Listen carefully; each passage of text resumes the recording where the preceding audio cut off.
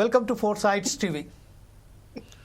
Car డేకున్న formula E race car ప్రస్తుతానికి మనం చూస్తున్నట్టయితే ఈరోజు ఏసీబీ అధికారులు మరొకసారి ఐఓ అధికారి మజీద్ ఖాన్ నేతృత్వంలో కేటీఆర్ అప్పటి గత ప్రభుత్వంలోని మినిస్టర్ కేటీఆర్ గారిని ఇంకొకసారి విచారణకు పిలిపించింది. ఈ నేపథ్యంలోనే అనేక సందేహాలు ఈ విషయంలో చోటు చేసుకున్నాయి. బీఆర్ఎస్కు సంబంధించిన అనేక మంది కార్యకర్తలు తెలంగాణ భవన్ నుండి ఏసీపీ అధికారికి సంబంధించిన అది ఏదైతే ఆఫీస్ ఉన్నదో అక్కడి వరకు ఒక్కసారిగా పెద్ద ఎత్తున తరలి రావడంతో ఈరోజు కేటీఆర్ను అరెస్ట్ చేస్తారా అనే విషయంపై సందిగ్ధ మోపైంది. ఇదే విషయంలో కేటీఆర్ గారు మాట్లాడుతూ ఒకసారి కాదు, 2 సార్లు కాదు, 30 సార్లు పిలిచినా కూడా నేను ఖచ్చితంగా హాజరవుతాను. ఎక్కడ కూడా నేను దోషిని కాదు. కేవలం రాష్ట్రానికి సంబంధించిన ఒక మంచి పేరే తీసుకురావడానికి నేను ప్రయత్నం చేస్తున్నాను. కాబట్టి ఎన్నిసార్లు పిలిచినా కూడా నేను ఖచ్చితంగా హాజరవుతానని చెప్పారు.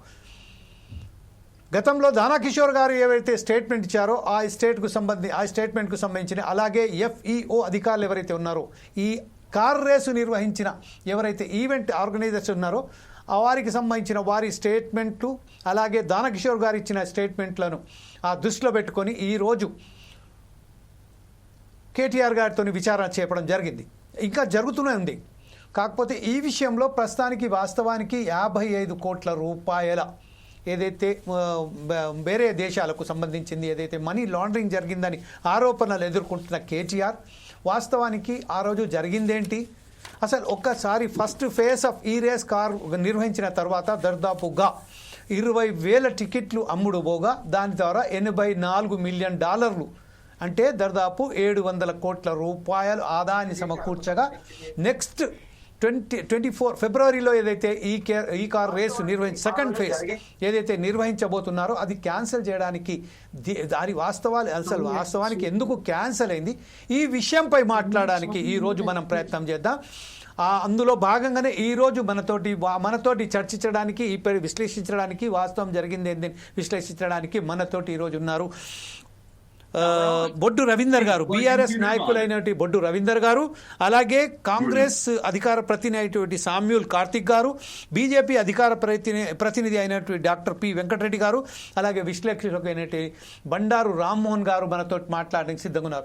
ఈ విషయంపై ఇదే విధంగా ఈరోజు మన four sides TV chief advisor అయినటువంటి డాక్టర్ సుధాకర్ శర్మ గారు కూడా ఈరోజు ఇదే విషయంపై విశ్లేషించడానికి మనతో స్టూడియోలు ఉన్నారు. ఫస్ట్ మనం ఒకసారి డాక్టర్ సుధాకర్ శర్మ గారి దగ్గర వెళ్దాం. సుధాకర్ శర్మ గారు, ఒక బ్రహ్మాండమైన ఒక మంచి స్టెప్ హైదరాబాద్ మెట్రోపాలిటన్ సిటీగా ఉన్న సమయంలోనే ఈరోజు ఈ కార్ రేస్ నిర్వహించడం అనేది ఒక గర్వకారణం.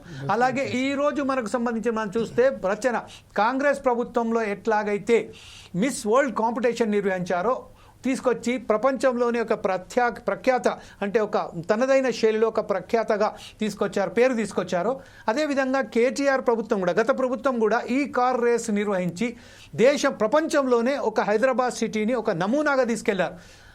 అంత సమయంలోనే ఈరోజు ఈ డబ్బుల విషయంలో ఏదైతే ఎప్పుడైతే డబ్బుల విషయంలో వచ్చిందో ఈ 55 కోట్ల రూపాయల ట్రాన్సాక్షన్స్ ఏదైతే జరిగాయి విషయంపై ఇప్పుడు ఎదుర్కొంటున్న సమస్య ఏదైతే విచారణ జరుగుతున్నారో ఈ నేపథ్యంలో దీన్ని ఎలా విశ్లేషిస్తారండి మీరు?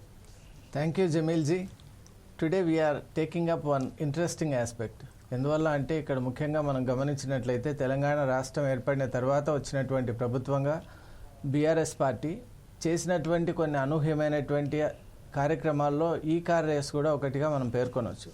As the very name states, it is a kind of international ఒక లెవెల్ ఆఫ్ యాక్టివిటీగా మనం భావించవచ్చు.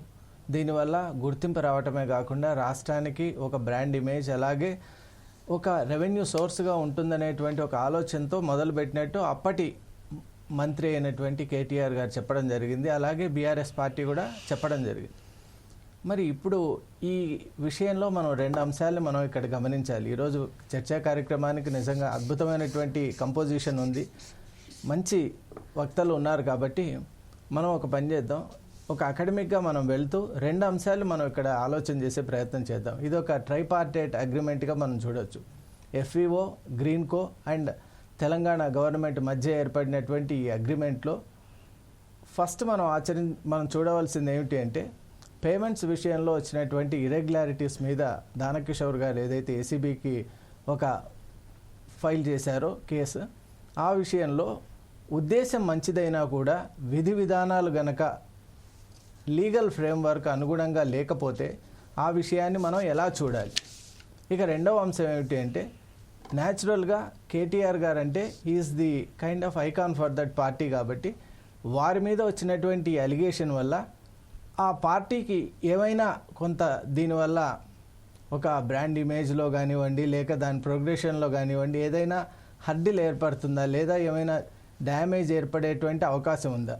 ఈ రెండింటిని కూడా ఈరోజు మన కార్యక్రమంలో మనం చూద్దాం. ముఖ్యంగా ఈనాటి చర్చా కార్యక్రమానికి వచ్చిన ప్రతి ఒక్కరికి కూడా ఆహ్వానం పలుకుతున్నాను. Thank you very much Sudhakar Sharma గారు. ఈ రోజు మనం చూస్తున్నాము ఫార్ములా ఈ రేస్ కార్యక్రమానికి సంబంధించింది. మనం ఒకసారి చూసుకున్నట్టయితే ఎఫ్ఈఓ మోటార్స్కి సంబంధించిన పార్ట్నర్స్ మ్యాక్లారెన్, జాగ్వార్, మహేంద్ర, నిస్సాన్ లాంటి ప్రముఖమైన కార్ల కంపెనీలు కూడా ఈరోజు హైదరాబాద్కు రావడం, అలాగే ఈ రేస్ కారు నిర్వహించడం కూడా జరిగింది. ఈ నేపథ్యంలోనే ఇప్పుడు మనం ఒకసారి చూసినట్టయితే క్యాబినెట్ ఆమోదం లేకుండా, అలాగే ఈ ఎవరికి సంబంధించింది మనం ఒకసారి చూసినట్టయితే ఆర్థిక శాఖ అనుమతి లేకుండా, ఆర్బీఐకి ఇన్ఫార్మ్ చేయకుండా ఇంత పెద్ద మొత్తంలో బదిలీ చేశారు అనేక ఆరోపణలపై ఈరోజు విచారిస్తున్నారు. ఈ విషయంపై కాంగ్రెస్ పార్టీ అధికార ప్రతినిధి అయినటువంటి కార్తిక్ సామ్యూల్ గారికి మనం అడుగుదాం. సామ్యూల్ గారు, ఇప్పుడు ప్రస్తుతం ఏదైతే చేస్తున్నదో కక్షపూరితంగానే మైండ్ డైవర్షన్ పాలిటిక్గానే కాంగ్రెస్ పార్టీ వ్యవహరిస్తున్నది కేటీఆర్ గారు చాలా ఒక బహిరంగంగానే చెప్తున్నారు. ఈ విషయంపై మీరు దీన్ని ఎలా విశ్లేషిస్తారు, ఎలా స్పందిస్తారండి? తాను చేసే పనిని, తాను చేసేటువంటి కార్యక్రమాన్ని ప్రతిదాన్ని కూడా అవతల వాళ్లకు ఆపాదించాలన్నటువంటి ఆయన కుసంస్కారానికి ఇంకా ఏమనాలో అర్థం కావట్లేదు. ఇప్పుడు ఎక్కడా కూడా కేబినెట్ అప్రూవల్ లేకుండా నిర్ణయాలు తీసుకున్నారు. డబ్బులు ఎక్కడి నుంచి ఎక్కడికి వెళ్ళినాయి అన్న దానిపైన లెక్కపత్రం లేదు.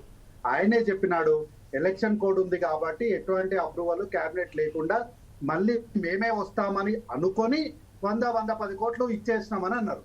ఎవరికి ఇచ్చిర్రు, ఎవరు డబ్బులు ఇచ్చిర్రు, ఏ లెక్కనిచ్చిర్రు, ఎందుకు ఇచ్చిర్రు అని అడగాలి అని అంటే దీనికి డైవర్షన్ పాలిటిక్స్ అని అంటున్నారు. దీనికి ఇది ఏమనాలి?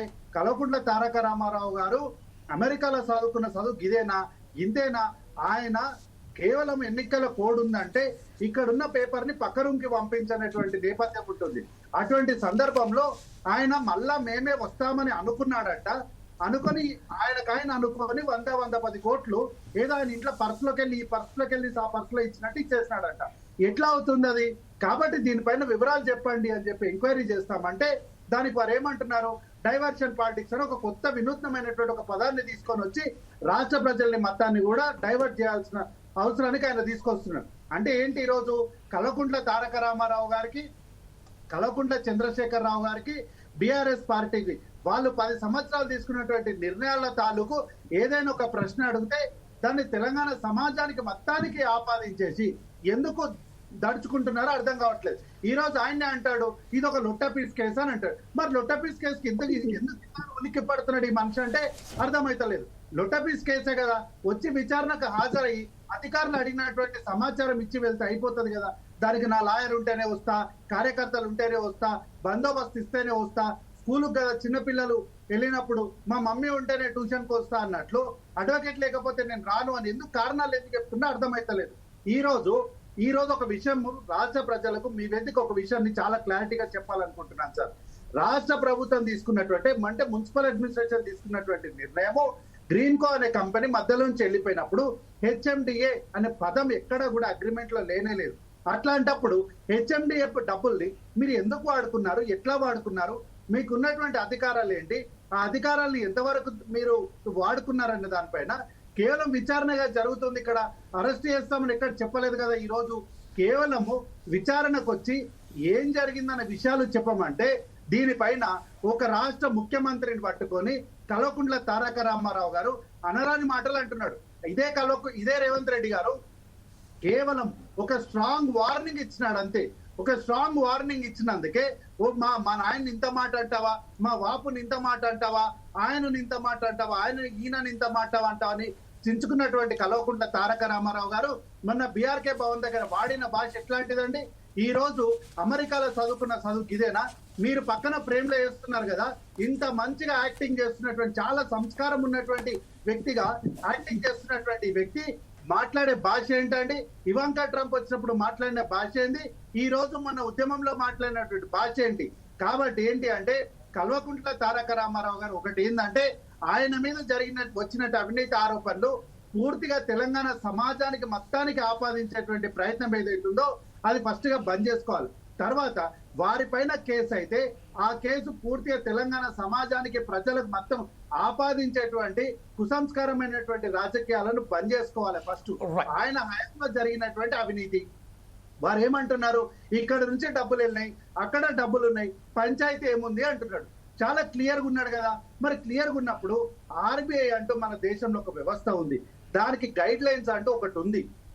వీటి ప్రకారము డబ్బులు ఎందుకు ట్రాన్స్ఫర్ జరగలేదు అన్నది ప్రధానమైనటువంటి ప్రశ్న. ఆ ప్రశ్నకు సమాధానం చెప్తే అయిపోయేదానికి ఎందుకు ఇంత రాద్ధాంతం చేస్తున్నా అర్థమైతలేదు. కాబట్టి ఒకటి సార్ ఏంటి అంటే కల్వకుంట్ల తారక రామారావు గారి హయాంలో ఫార్ములా ఈ రేస్ కేసుల్లో వీళ్ళు చాలా తెలివిగా చట్టబద్ధంగా చూడడానికి చాలా మంచిగా కనిపించేటువంటి ఒక దుర్వాసన కొట్టేటువంటి ఒక అవినీతి కార్యక్రమానికి వీళ్ళు మొదలు పెట్టారు, చర్యలు చేపట్టారు. కాబట్టి దానిపైన ఖచ్చితంగా విచారణ జరుగుతుంది. మీరు అందులో దోషులు కాబట్టి ప్రజాస్వామ్యయుతంగా మీరు ఒక వ్యవస్థ విచారణ జరుపుతున్నప్పుడు ఆ విచారణ వ్యవస్థకు సహకరించి పూర్తి స్థాయి వివరాలను అందించాల్సినటువంటి బాధ్యత దాన్ని నిర్వర్తిస్తే సరిపోతుంది. ఓకే కార్తీక్ గారు, ఓకే, ఈ విషయంపై మనం ఒకసారి మన పల్నాటి వెంకటరెడ్డి గారి దగ్గర వెళ్దాం. పల్నాటి వెంకటరెడ్డి గారు చాలా క్లియర్గా కల్వకుంట్ల తారక రామారావు గారు చాలా క్లియర్గా అంటున్నారు, ఎప్పుడైనా విచారణకు సిద్ధమే అని చెప్తున్నారు, లాయర్లతో సహా నేను వస్తానని చెప్తున్నారు. అయితే గతంలో ఏదైతే ఈ కేర్ రేస్ ఎప్పుడైతే నిర్వహించానో ఫస్ట్ ఫేజ్లో, సెకండ్ ఫేజ్లో ACNXT ద్వారా గ్రీన్ కో ఒప్పందం వాళ్ళు తప్పుకున్నారు కాబట్టే నేను అప్పుడు జోక్యం చేసుకోవాల్సి వచ్చింది. దాని ద్వారా నేను మన రాష్ట్రానికి సంబంధించిన ఒక మంచి పేరు తీసుకురావడానికి ప్రయత్నం చేసిన భాగంగా నేను ప్రయత్నం చేశాను. As a minister, I had done my work. At the same time, why they are alleging on me అని చెప్తున్నారు. నన్ను అనవసరంగా ఈ విషయంలో చేస్తున్నారని చెప్తున్నారు. ఇది ఎంతవరకు వాస్తవం? దీని వెనుక యాక్చువల్లీ ఏదైతే గ్రీన్ కో కంపెనీ ఉన్నదో తనకు తాను వెనక్కి వెళ్ళడానికి కారణాలు ఏమనుకుంటున్నారు మీరు వెంకటరెడ్డి గారు? అందరికీ నమస్కారం సార్, ప్లీజ్ గో హెడ్. ఏదైతే ఈ ఫార్ములా రైస్ కేసు ఏదైతే విచారణ జరుగుతూ ఉందో అంతా కూడా ఇప్పుడు కారు ఢీకొన్న ఫార్ములా రైస్ కారు ఏమైతుంది ఇప్పుడు ఇక్కడ అంటే ఏదైతే అమౌంట్ HMD నుంచి వెళ్ళిందో 54.88 కోట్ల రూపాయలు ఏవైతే ట్రాన్స్ఫర్ అయినాయో HMD బ్యాంక్ అకౌంట్ నుండి, అది ఆర్థిక శాఖ అనుమతి లేకుండా, క్యాబినెట్ అనుమతి లేకుండా, RBI పర్మిషన్ అప్లై చేయకుండా, ఎందుకంటే అదంతా కూడా డాలర్స్ లో ట్రాన్స్ఫర్ చేసారు కాబట్టి ఎట్టి పరిస్థితుల్లో అది RBI పర్మిషన్ తీసుకోవాలి, అప్లై చేసుకోవాలి, ఈ కరెన్సీ మనం ఇక్కడ పంపిస్తున్నాం అని చెప్పేసి. కానీ ఏది లేకుండా అది చేయటం అనేది అది డెఫినెట్ గా లీగాలిటీ కిందికి వస్తుంది కాబట్టి, అది ఇలీగల్ గా ఉంటుంది కాబట్టి వాటి మీద కేసు డెఫినెట్ గా దర్యాప్తు చేయాల్సిందే. సో ఎప్పటి నుంచో ఈవెన్ భారతీయ జనతా పార్టీ కూడా ఎప్పటి నుంచో అడుగుతా ఉంది, ఫార్ములా రేస్ కింద ఎవిడెన్స్ ఉన్నా కూడా ఇప్పటి వరకు కాలయాపన ఎందుకు చేస్తా ఉన్నారు? ఎప్పుడో జాన్ నుంచి దగ్గరకు 5 నెలలు మళ్ళా గ్యాప్, సెకండ్ టైం మళ్ళీ పిలిచారు. ఎప్పటి నుంచో మేము అడుగుతా ఉన్నాం, డిమాండ్ చేస్తా ఉన్నాం, మీ దగ్గర ఎవిడెన్స్ ఉంది, కాంగ్రెస్ పార్టీ దగ్గర ఎవిడెన్స్ ఉంది, ఇన్ని రోజులు కాలయాపన ఎందుకు చేస్తా ఉన్నారు? దాంట్లో ఏం జరుగుతా ఉంది ఏంటనేది కూడా కాంగ్రెస్ పార్టీని డిమాండ్ చేస్తా ఉన్నాం. సో ఇప్పుడు KTR గారు కూడా నేను ఏం చేస్తున్నా అంటే తప్పించుకునే ప్రయత్నం చేస్తా ఉన్నారు, భయపడాల్సిన అవసరం ఏముందని చెప్తా ఉన్నారు. ఆయనే డైరెక్ట్ గా ఆయన చెప్పిండు, నేను చెప్తేనే HMD అఫీషియల్స్ ట్రాన్స్ఫర్ చేశారు అమౌంట్ ని అని చెప్పేసి బ్యాంకు. ఈవెన్ దానకిషోర్ గారు కూడా అప్పుడున్న కమిషనర్ గారు ఆయన కూడా కంప్లైంట్ చేశారు. ఇవన్నీ కూడా ఎవిడెన్స్ అంతా కూడా ఉన్నాక ఇంకా భయపడాల్సిన అవసరం ఉందని చెప్పి ఆలోచన. అంటే ఏమైనా మాట్లాడుకొని ఇన్ని రోజుల నుంచి గ్యాప్ టైం తీసుకున్నారా అనేది ఆలోచన. సో మెయిన్ ఏంటంటే ఇక్కడ డెఫినెట్ గా ఇర్రెగ్యులారిటీస్ ఉన్నాయి, దాన్ని ఎట్టి పరిస్థితుల్లో బయటకు తీయాలి. ఇక్కడ నుంచి పోయిన అమౌంట్ ఏదైతుందో లండన్ బేస్డ్ కంపెనీ కానీ లండన్ బేస్డ్ బ్యాంక్ అకౌంట్ కి పోయిందో అక్కడ నుండి ఇంకా వేరే వాళ్ళకి ఏమైనా పోయిందా, ఇది ఇంపార్టెంట్ యాక్చువల్లీ.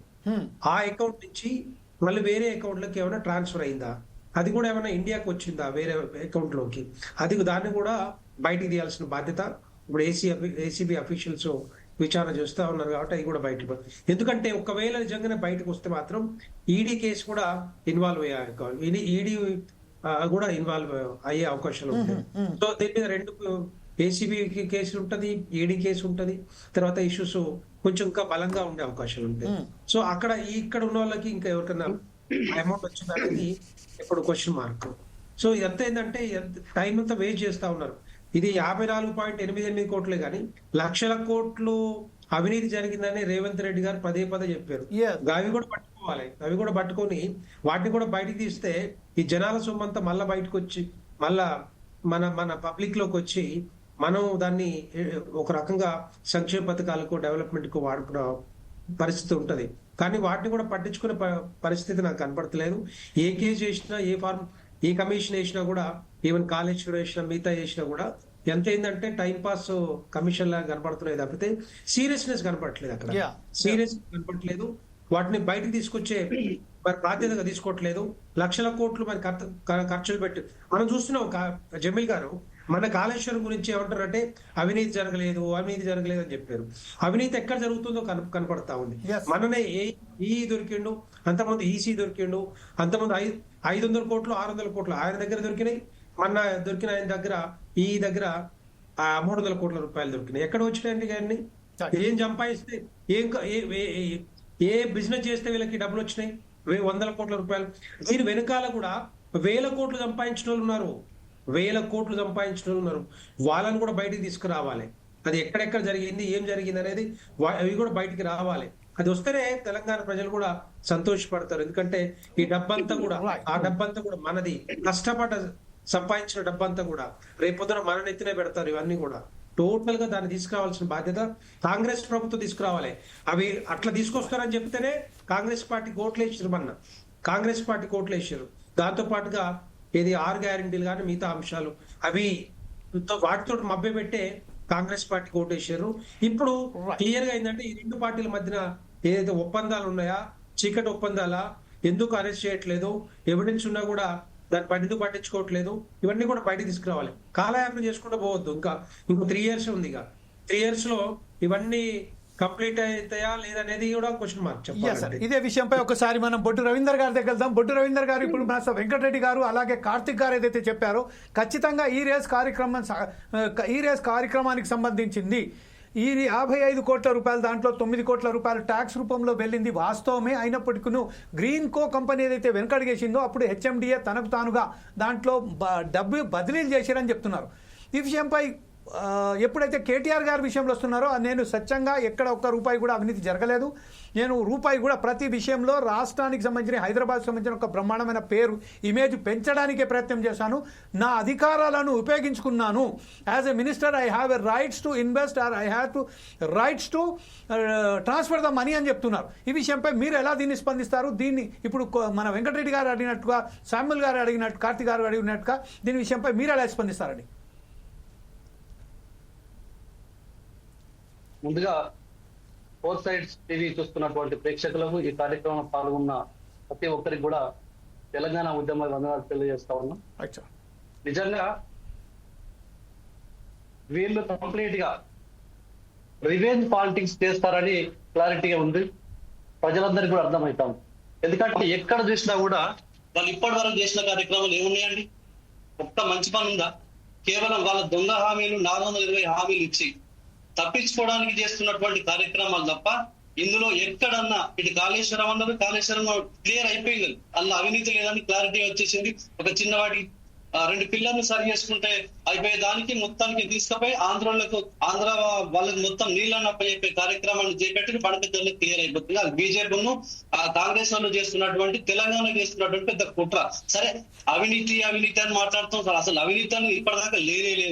100% తెలంగాణలో అటు సాఫ్ట్వేర్ రంగంలో కావచ్చు, ఇండస్ట్రియల్ రంగంలో కావచ్చు, ప్రతి రంగంలో ముందుకు తీసుకుపోతున్న క్రమంలో ఒక డిఫరెంట్ యాక్టివిటీ చేయాలి. తర్వాత మన ఈ కార్ రేస్ వల్ల ఇక్కడ మళ్ళొక ఇండస్ట్రీ వస్తుంది అని చెప్పి ఆలోచనతో ఒక మంచి కార్యక్రమం ప్రపంచ వ్యాప్తంగా తీసుకొస్తే వీళ్ళు పెట్టినట్టు అండి అందర పోటీలు పెట్టి ప్రపంచ వ్యాప్తంగా తెలంగాణ పరువు, భారతదేశం పరువు తీసినటువంటి వీళ్ళు ఈ కార్ రేస్ లో దాని గురించి మాట్లాడే అర్హత వీళ్ళకి ఎక్కడదండి? కేవలం ఏం లేదు, ఎట్లా కేటీఆర్ గారిని అరెస్ట్ చేయాలి, ఎందుకంటే వీళ్ళకు పొరకరాని కొయ్యలెక్కైన బీఆర్ఎస్ పార్టీ కావచ్చు, వీళ్ళ నాయకులు కావచ్చు, అందరూ కూడా వీళ్ళందరినీ అరెస్ట్ చేస్తే బీఆర్ఎస్ పార్టీని తుంగలో దొక్కినట్టు తొక్కచ్చు, అసలు అధికారం రాకుండా చేయాలి. దాంతో అటు కాంగ్రెస్ వాళ్ళు బీఆర్ఎస్ మన బీజేపీ వాళ్ళు ఇద్దరు కలిసి వీళ్ళని మీద ఏదో చేయాలని ఒక కుట్రతోటి అక్కస్తోటి చేస్తున్న కార్యక్రమాలు తప్ప వీళ్ళు ఎక్కడుందండి? వీళ్ళ కనబడతలేవా? వీళ్ళ సుఖిశాల గానీ, లగచర్ల గానీ, సుధీర్ రెడ్డి బాబత్ వాళ్ళకి సంబంధించిన కంపెనీ కానీ, అదేవిధంగా కంచెకచ్చి భూములలో చేసినటువంటి నిర్వాహకం మనం అందరం చూసినాం కదా. రవీందర్ గారు ఒకే ఒక విషయం అండి. రవీందర్ గారు, ఇప్పుడు మనం మాట్లాడింది కేవలం ఈ రేస్ కు సంబంధించింది. ఈ విషయంపై 55 కోట్ల రూపాయల అవినీతి జరిగిందా లేదా, 55 కోట్ల రూపాయలు వేరే దేశాలకు మార్పిడి జరిగిందా లేదా, అనుమతి పొందిందా లేదా, ఈ విషయంపై మాట్లాడండి. 100% 2022లో మనం ప్రారంభించుకున్నాం. దాంతో సక్సెస్ అయింది. 700 కోట్ల రూపాయలు తెలంగాణకు లాభం వచ్చిందండి. ఎక్కడ అవినీతి జరిగిందండి? వీళ్ళు మొన్న అందరూ పోటీలు పెట్టి ఏం లాభం వచ్చిందండి? ఇంకా పరువు పోయింది. కానీ అట్లనే మన 700 కోట్లు తెలంగాణ రాష్ట్రానికి తీసుకొచ్చినటువంటి మంచి కంపెనీ ఒక మధ్యలో కంటిన్యూ అవుతున్నటువంటి అగ్రిమెంట్ ను వీళ్ళు చేతగాక డబ్బులు కట్టలేక దాని మధ్యలో తప్పించుకొని కేటీఆర్ గారు మీ అరెస్ట్ చేయాలి, దాన్ని ఎందుకు ఆపేసిరండి? లాభం వచ్చేదాన్ని ఎందుకు ఆపేసుకోవాల్సి వచ్చిందండి? తెలంగాణకు లాభం వచ్చే కార్యక్రమాలను ఇండస్ట్రియల్ వచ్చు, చాలా ఉద్యోగాలు దొరకు, మనకు ఆర్థికంగా మంచిగా డెవలప్ అయ్యే కార్యక్రమాలను ఎందుకు బంద్ చేసినారు?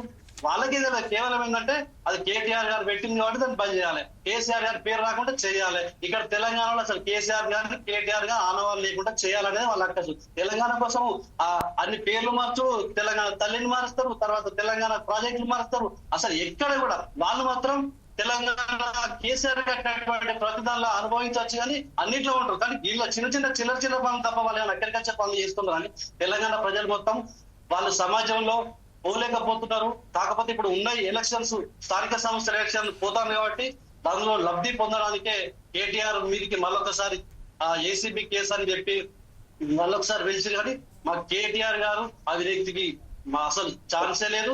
వీళ్ళు ఒక్కసారి కాదు 100 సార్లైనా వస్తారు.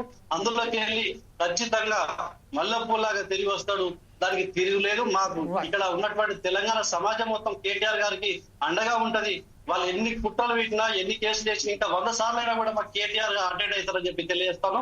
ఎట్టి పరిస్థితుల్లో కూడా వాళ్ళు చేసినటువంటి తప్పును మా టీఆర్ఎస్ పార్టీకి కేటీఆర్ గారికి ఆపాదించదని చెప్పి తెలియజేస్తాం. రైట్, ఇదే విషయంపై బండారు రామ్మోహన్ గారి దగ్గర వెళ్దాం. ప్రస్తుతం ఏదైతే అది అక్కడ ఒక అవినీతి జరిగింది అనే ఒక ఆరోపణలపై ఈరోజు ఏసీపీ అధికారులు కేటీఆర్ గారిని ప్రశ్నిస్తున్నారు. ఇంత ఆర్భాటం అవసరమా అండి? ప్రస్తుతం ఏదైతే ఉన్నదో ఖచ్చితంగా ఎప్పుడైతే ఏసీబీ అధికారులు పిలిచారో అప్పుడు అక్కడికి వెళ్ళి విచారణలో భాగంగా వారితో మాట్లాడి రావడం, తర్వాత తన లాయర్లను కూడా తీసుకుపోయి మాట్లాడితే బాగుంటుండే. కానీ ఈరోజు ఇంత పెద్ద ఆర్భాటం, ఇది రాక్షసకు సంబంధించిన రాక్షస ఆనందం పొట్టడానికే, కేవలం డైవర్షన్ పాలిటిక్సే, నా మీద కక్షపూరితంగానే చేస్తున్నారని ఒక స్టేట్మెంట్ ఇచ్చుకుంటూ అక్కడి నుంచి వెళ్ళడం ఎంతవరకు సమంజసం? ఇంకొక విషయం ఏంటంటే 55 కోట్ల రూపాయల మార్పిడి జరిగింది వాస్తవమే. నా అధికారాన్ని ఉపయోగిస్తూ నేను పంపించాను, నేను మార్పిడి చేశానని చెప్తున్నారు. ఇది ఎంతవరకు సమంజసం? దీనిపై మీరేమంటారు? ఎలా విశ్లేషిస్తారండి రామ్మోహన్ గారు? జమీల్ గారు, మీకు అట్లాగే మీ చీఫ్ ప్యానలిస్ట్ మన సుధాకర్ శర్మ గారికి, అట్లాగే వెంకటరెడ్డి గారికి, రవీందర్ గారికి, కార్తిక్ గారికి, 4 సైడ్ నమస్కారం. వాళ్ళ చెప్పులో మనం కాలు పెట్టొద్దు, కానీ సుధాకర్ శర్మ గారు మొదలు పెట్టిన నేను మొదలు పెడతాను. యాజ్ అడ్వకేట్ గా 2 విషయాలు చెప్తున్నాను. నేను ఎవరు పార్టీ కాదు కనుక. ఒకటేమో అదిగో పులి అంటే ఇదిగో తోక అనే పరిస్థితి మొత్తం దానిలో చూస్తున్నాం. 2 కేసులు ఫైల్ అయినాయి. ఒకటేమో ఏసీబీ రాష్ట్ర ప్రభుత్వం పెట్టింది, దానకిషోర్ గారు హెచ్ఎండిఏ మన బాధ్యతలు తీసుకున్న తర్వాత ఆయన పెట్టిన కేసు ఒకటి. అంటే ఇలా ఇర్రెగ్యులారిటీస్, ఇల్లీగల్ కూడా కాదు, అంటే ప్రొసీజరల్ ఆస్పెక్ట్ లో ల్యాబ్స్ ఉన్నాయని పెట్టిన కేసు. ఇక్కడ అవినీతి జరిగిందని ఎక్కడ లేదు ఎఫ్ఐఆర్ లో, అవినీతి అనే మాట లేదు ఎఫ్ఐఆర్ లో. నెంబర్ 1 యాజ్ అడ్వకేట్ చెప్తున్నాను. అక్కడ ఏముందంటే ఇర్రెగ్యులారిటీస్, ప్రొసీజరల్ ఆస్పెక్ట్ లో మాత్రం లోపం జరిగింది అంటారు. అలా 3 లోపాలని చూపించు. ఆయన ఒకటి మనం మాట్లాడుకున్న లోపం ఆయన ఎఫ్ఐఆర్ లో, ఆయన కంప్లైంట్ లో లేదు. మొట్టమొదటిది ఏంటంటే ఈ 55 కోట్లు, 54 కోట్లు, 61 కోట్లు, 110 కోట్లు గారి ముందు యాక్చువల్గా ఏ కోట్లు అయితే పోయినాయో అలా 2 ఉన్నాయి, 2 పద్ధతులు. 46 కోట్లేమో వాళ్ళకు ఇద్దామనుకున్న గ్రీన్కో తప్పుకున్న తర్వాత వాళ్ళకి ఇద్దామనుకున్న డబ్బులు అక్కడికి పోయింది. నెంబర్ 1. అది పోవడంలో ఇర్రెగ్యులారిటీ ఏంటంటే రిజర్వ్ బ్యాంకు ప్రొసీజర్ ఆస్పెక్ట్ లో తప్పు చేసి డైరెక్ట్ గా డాలర్ రూపాయలు పంపింది కనుక అంటే విదేశీ మార్గ ద్రవ్యం పంపేటప్పుడు సరైన ప్రొసీజర్ పాటించలేదని కేంద్ర ప్రభుత్వం కూడా కాదు, ఆదాయ పన్ను శాఖ ఓ కేసు పెట్టింది వీళ్ళ మీద. ఆ నోటీస్ వచ్చినాకనే రేవంత్ రెడ్డి గారు ఇప్పుడు కేసు పెట్టడం జరిగింది. ఆ నోటీస్ రాకపోతే సమస్య ఉండకపోయింది. ఆదాయ పన్ను శాఖ వాళ్ళు ఏమన్నారంటే అక్కడ ఇర్రెగ్యులారిటీ జరిగింది, మీరు డాలర్లు పంపారు, 8 కోట్ల రూపాయలు అదనంగా డబ్బులు కట్టాలి అన్నప్పుడు వచ్చింది. కడితే అయిపోతుంది, సమస్య లేదు అక్కడికి. కానీ అది అక్కడ వచ్చిన సమస్య అంతా. నేనేమంటున్నానంటే ఇక్కడ ఎత్తు కదా కొండని దవ్వి ఎలకని పడతారని నేను అనుకుంటున్నాను. ఎందుకంటే కాయానై పియానై గిలాస్ పొడిది అన్నట్టు ఇక్కడ ఏమవుతుంది, ఒకటేమో డబ్బులు పోయిన కాడ వాడు ఒప్పుకుంటుండు వచ్చినాయి, ఇక్కడేమో పోయినాయని వీళ్ళు ఒప్పుకుంటున్నారు, అన్ని కాగితాల మీద నడుస్తున్నాయి. హవాలా మన ఎప్పుడు ఉంటుంది అంటే వెంకటరెడ్డి గారు ఒక మంచి పాయింట్ చెప్పారు, ఒకవేళ ఆ పోయిన డబ్బులు మళ్ళీ వెనక్కి ఏదైనా ఖాతాల ద్వారా వీళ్ళకి వచ్చినాయి, అది పట్టుకోవాలి లెక్క అయితే కదా. అదే ఇంతవరకు తేలలేదు. తేలకపోగా కేంద్ర ప్రభుత్వం ఒక కేసు పెట్టింది, అంటే ఈడీ ద్వారా. రకంగా ఈడీ ఏం చేసింది, మొదలు ఏసీబీ ఏ కేసు పెట్టిందో అదే A1, A2, A3 అవే ఆరోపణల మీద వచ్చి కేసు పెట్టింది. ఈడీకి రావడానికి పర్మిషన్ అవసరం లేదు కనుక ఈడీ వచ్చింది. ఈడీ రావడానికి ఏం పర్మిషన్ అవసరం ఉంటే నేను అంటున్నానంటే నిజంగా ఈడీ రావడానికి అయితే హవాలా మనీ డబ్బులు చేతులు మారాలి, అప్పుడు మాత్రం ఈడీ రావడానికి వీలుంటుంది. ఇక్కడైతే డబ్బులు చేతులు మారినైతే నాకు అనిపిస్తలేదు. ఒకటి ఏసీబీ వాళ్ళకి పెట్టిన కేసులో ఏంటంటే ప్రొసీజర్ ఎక్స్పర్ట్ లో మాత్రం జరిగింది. ఇంకొక ఆరోపణ కూడా చేస్తున్నారు ఇప్పుడు 3 పార్టీలు కలిసి, ఒకటి డిఫెండ్ చేసుకుంటారు, ఇద్దరు చేస్తున్నారు. ఎన్నికల కమిషన్ అనుమతి తీసుకోలేదు. నిజంగా చాలా చిల్లర పంచాయతీ అంటున్నాడు. ఎన్నికల కమిషన్ అనుమతి అన్నిటికీ అవసరం లేదు. కొత్త పథకాలు ప్రారంభించేటప్పుడు మాత్రమే ఎన్నికల కమిషన్ పర్మిషన్ అవసరం ఉంటుంది. కొత్తగా ఇంప్లిమెంట్ చేయాలంటే అప్పుడంటే వాటి తినడానికి కూడా పర్మిషన్ తీసుకోవాల్సి వస్తుంది. ఉద్యోగ జీతాలు ఆపేయాలి, లేకుంటే ఏది ముట్టొద్దు, ఇటు పక్కన అటు పక్కన పోవద్దు అంటున్నాడు. అది కరెక్ట్ కాదంటున్నాడు. గతంలో రైతు బంధు విషయంలో కూడా ఎందుకు ఆగిందంటే కాంగ్రెస్ పార్టీ వాళ్ళు ఆయన ఎన్నికల ముందు మన పర్మిషన్ ఇవ్వద్దానంటే పర్మిషన్ ఇచ్చుకుంటూ కొన్ని పరిమితమైన మన నిబంధనలు పెట్టింది మనకి. అప్పుడు ఏది 23లో పెడితే హరీష్ రావు గారు నోరు జారీ ఏం చేసిందంటే రేపటి నుంచి డబ్బులు పడితే తీసుకోండి అన్నాడు. అది ఎన్నికల ప్రచారం కిందకి వస్తుంది. ఎందుకు ఈ డబ్బులు ఒక రకంగా లంచం ఇచ్చినట్టు అయింది కదా అనే దానికి మళ్ళీ ఆపేశాం. ఇక అప్పుడు కాంగ్రెస్ పార్టీ ఫిర్యాదు చేయలే, ఎన్నికల కమిషన్ సుమోటో తీసుకొని ఈ అనడం తప్ప అని వెంటనే ఆపేశాం. నేను అంటున్నా అటువంటి పద్ధతిలో మాత్రమే ఎన్నికల కమిషన్ జోక్యం చేసుకుంటది. ఇప్పుడు ఈ మొత్తం కేసులు ఎన్నికల కమిషన్ ఎక్కడైనా మాట్లాడిందా, ఎక్కడైనా ఫిర్యాదు చేసిందా, ఏది మేము మా అనుమతి లేకుండా ఇది తీసుకుపోయిందని లేదు కదా. అందుకని ఏమైతుందంటే ఇప్పుడు ఈ మొత్తం మీద రాజకీయంగా మైండ్ గేమ్ రాజకీయాలు, డైవర్షన్ పాలిటిక్స్ ఎందుకు అంటున్నానంటే ఒక 5 మొత్తం ఇప్పటిదాకా కాంగ్రెస్ పార్టీ వచ్చిన తర్వాత 4-5 విచారణలు జరుగుతున్నాయి. మొదటి విచారణ గొర్రెల కుంభకోణం, ఆ తర్వాత టెలిఫోన్ దానిలో ఖచ్చితంగా చేయాల్సిందే. ఎవరైనా ఇల్లీగల్ గా గోప్యతకు భంగం కలిగించి ఎవరి ప్రైవేటు సంభాషణలు వింటే తప్పే, లీగల్ గా అయితే కరెక్ట్, దాని మీద విచారణ జరుగుతుంది. మూడోది ఏంటంటే భద్రాద్రి యాదాద్రి మీద విచారణ జరిగింది, ముగిసింది. నరసింహారెడ్డి గారు పోయినరు, కొత్తగా వచ్చిన లోకూర్ గారు రిపోర్ట్ ఇచ్చారు. 3 నెలలు అవుతుంది రిపోర్ట్. దాన్ని బయటపడితే బెస్ట్ కదా, జైలుకు పంపుదాం అంతే. నిజంగా నాకు ఏం జరిగింది నాకు కూడా తెలుస్తలేదు, పంపుదాం. రెండోది కాళేశ్వరం ప్రాజెక్ట్ లో మళ్ళీ 3 జరుగుతుంది. ఎందుకంటే మీకు తెలిసిలా చెప్తున్నాను, కాళేశ్వరంలో విజిలెన్స్ కమిటీ ఇప్పటికీ రిపోర్ట్ ఇచ్చింది. ఈ రిపోర్టును రిపోర్ట్ బయటకు వచ్చింది, బయట పెట్టడం కదా, బయటకు వచ్చింది.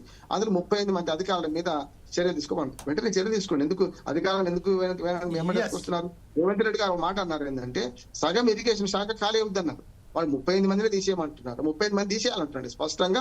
ఒక ఈని పట్టుకుంటే 200 కోట్లు, ఒక ఈఎన్సీని పట్టుకుంటే 200 కోట్ల రూపాయలు ఆస్తులు బయటపడ్డాయి కదా. మరి అవినీతి జరగలేదా? కాళేశ్వరంలో అవినీతి ఖచ్చితంగా జరిగింది.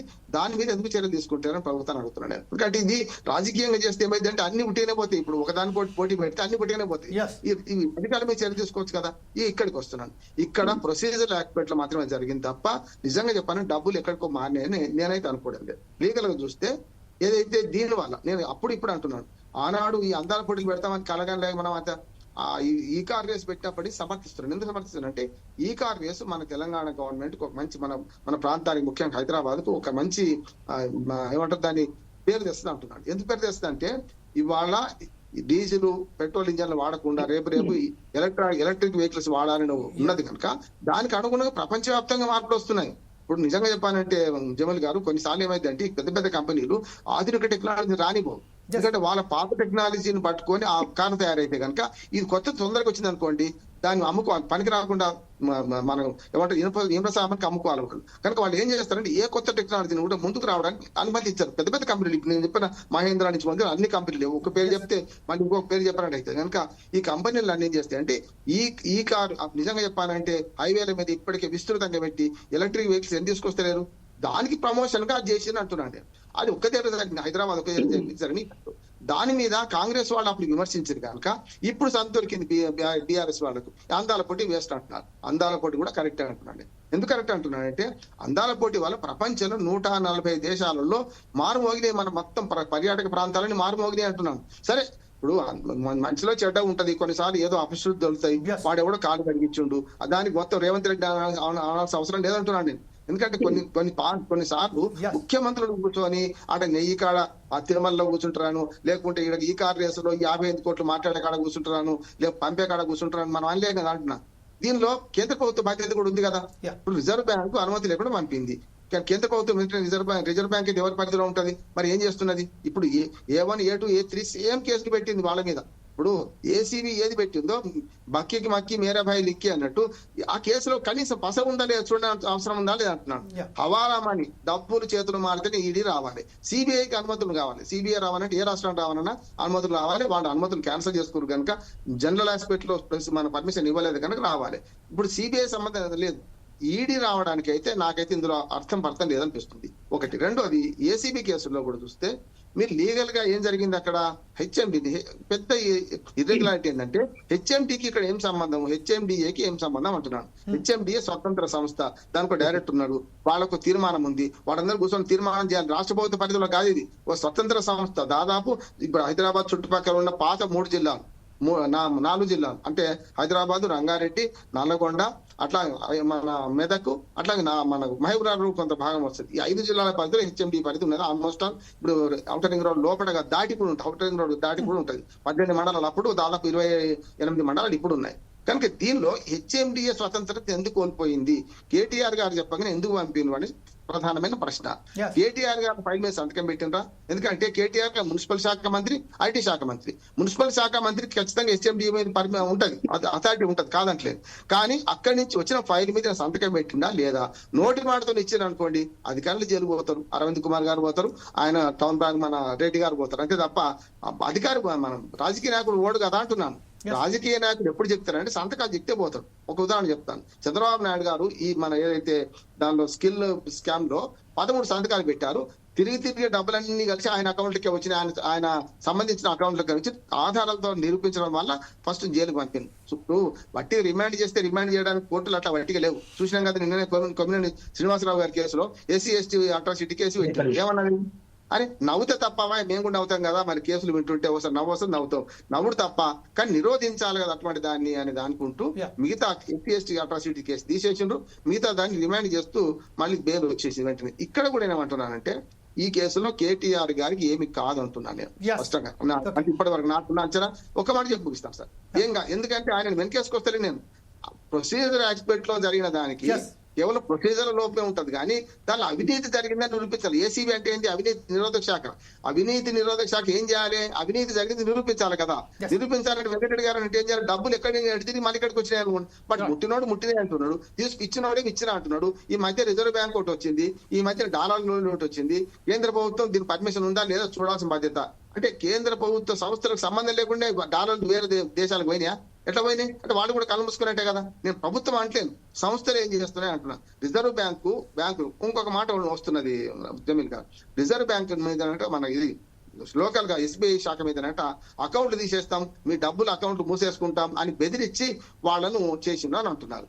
మరి వాళ్ళ సాక్ష్యాన్ని విలువాలి కదా. ఇప్పుడు బ్యాంకు వాళ్ళని అయితే కేటీఆర్ బెదిరించిండా, అరవింద్ కుమార్ గారు ఎవరు బెదిరించిన అయితే సాక్ష్యాన్ని విలువాలి కదా. జనరల్ గా ఏమంటే గవర్నమెంట్ అకౌంట్స్ మా బ్యాంకులో ఉండాలని కోరుకుంటారు. మామూలుగా వాళ్ళు కూడా బహుమతులు ఇస్తారు కూడా, అకౌంట్లు పెడితే ఆ మిత్తి వస్తుందని. వాటిని ఇప్పుడు డబ్బులు గవర్నమెంట్ డబ్బులు 1000 కోట్ల రూపాయలు ఉంటాయి కనుక మా బ్యాంకులో డిపాజిట్ చేయబడితే డబ్బులు మిత్తి ఇచ్చుకోవచ్చు కదా అని చెప్పి చేస్తారు, కాదట్లేదు. కానీ వాళ్ళని పిలిచిన పిలవలేదు, డబ్బులు తీసుకుని పిలవలేదు, డబ్బులు ఇచ్చిన పిలవలేదు. మరి ఇప్పుడు మధ్యన వీళ్ళ రాజకీయంగా చేసిన కథ అవుతుంది కదా అంటున్నాను నేను. కానీ దయచేసి కేసులు పెట్టే ముందు ఇది ప్రొలాంగ్ కాకుండా చూడాలి. ఇప్పటికీ 5 నెలల తర్వాత మళ్ళీ పిలిచి 3వ సారి 30 సార్లు పిలుస్తారా, 3 సార్లు పిలుస్తారా, వాళ్ళు రాజకీయంగా చూసుకుంటారు. నేను ఆయన మాటతో ఏకీపిస్తున్నాను. కేటీఆర్ గారు నోట కేసు కేస్తున్నాడు, కరెక్ట్ కాదంటున్నాను. కేసు PV నరసింహారావు గారి కాడి నుంచి మొదలు, ఇందిరాగాంధీ గారి నుంచి మొదలు పెడితే నిన్న మొన్న కూడా అందరు కూడా జైలు మనకు కోర్టుల ముందు నిలబడ్డారు కదా, చదువుకోట్లు నిలబడ్డారు కదా, కింది కోర్టు చిన్న కోర్టులో కూడా పివి నరసింహరావు గారు నిలబడ్డారు. ఇక్కడ ఎవరు అతిథులు గారు దీన్ని హల్చల్ చేయడానికంటారా? వాళ్ళు రాజకీయంగా హల్చల్ చేస్తుంటారు. మొన్నదాకా లేకుండే మన కేసీఆర్ గారు పోయినప్పటి నుంచి మొదలు పెడుతుండ్రు. కవిత గారికి పోటీగా అన్నా చెల్లెల మధ్య ఏముందో కానీ మొత్తం మీద పోటీగా మాత్రం జనసమీకరణ చేసుకుంటున్నారు. దీని వల్ల ప్రభావితం కావు కోర్టులు, ఏవి ప్రభావితం కాదు. కేసీ ఘోష్ గారు లోకూరు గారు ఇప్పుడు ఏసీబీ కేసు చూస్తున్న వీళ్ళు కూడా కారంటున్నాను. అంతిమంగా ఈ ప్రొసీజర్ ఆస్పెక్ట్ లో అవినీతి ఎక్కడుందో నిరూపించాలి. నేతి బీరలో నెయ్యి ఉందా లేదా వీళ్ళు నిరూపించాల్సిన అవసరం ఉన్నది. రైట్, ఇదే విషయంపై ఒకసారి మనం కార్తిక్ గారు వెళ్దాం. కార్తిక్ గారు ఇప్పుడు చాలా స్పష్టంగా మనకు ఒక విషయం మాత్రం చాలా క్లియర్ గా మన రామ్మోహన్ గారు చెప్పినట్టుగా ఏదైతే ఉన్నదో ఇర్రెగ్యులారిటీస్ జరిగాయని వాస్తవమే. కాకపోతే అక్కడ ఏదైతే ఆరోపణలు ఎదుర్కొంటున్న అవినీతి జరిగిందని మాత్రం ఎవరు నిరూపించలేకపోయారు. ఇలాగే ఆర్బీఐకు సంబంధించిన ఎస్బీఐకు సంబంధించిన బెదిరింపులు జరిగాయని చెప్పారు. వారిని సాక్ష్యాలుగా తీసుకురాకుండా కేవలం అవినీతి జరిగిందని చెప్తున్నారు, ఇర్రెగ్యులారిటీ జరుగుతుందని వాళ్ళు చెప్తున్నారు. ఈ విషయంపై ఒక్కసారి కాదు, 3 సార్లు కాదు, 30 సార్లు పిలిచినా నేను ఖచ్చితంగా వస్తాను, అక్కడ నేను ఖచ్చితంగా అక్కడి నుంచి వెళ్ళి కేవలం తెలుసుకో చాలా స్వచ్ఛంగా బయటికి వస్తానని ఏదైతే కేటీఆర్ గారు చెప్తున్నారు, ఈ విషయంపై కాలయాపన ఎందుకు చేస్తున్నారండి? ఒకవేళ జరిగింది అనుకోండి, కాళేశ్వరం ప్రాజెక్టులో పీసీ ఘోష్ ఏదైతే సమీపించిందో దాంట్లో ఇర్రెగ్యులారిటీస్ జరిగాయి, వారికి సంబంధించిన వీరు దీంట్లో నిందులు అని ఆఫీసర్స్ మీద ఏదైతే ఉన్నారో వారిని ఎందుకు టర్మినేషన్ చేయలేదు? వారిని ఎందుకు వారికి డిస్మిసల్ ఫ్రమ్ సర్వీసెస్ లాగా సస్పెండ్ ఎందుకు చేయలేదు? ఈ రోజు కూడా అనిల్ కుమార్ గారు ఏదైతే చేశారంటున్నారు 50 కోట్ల రూపాయలు, దానికి సంబంధించిన ఆయన మీద ఎందుకు యాక్షన్ తీసుకుంటలేరు? లోకూర్ గారేమో థర్మల్ పవర్ స్టేషన్స్ మీద తీర్పు ఆల్రెడీ కమిషన్ రిపోర్ట్ ఇచ్చేసింది.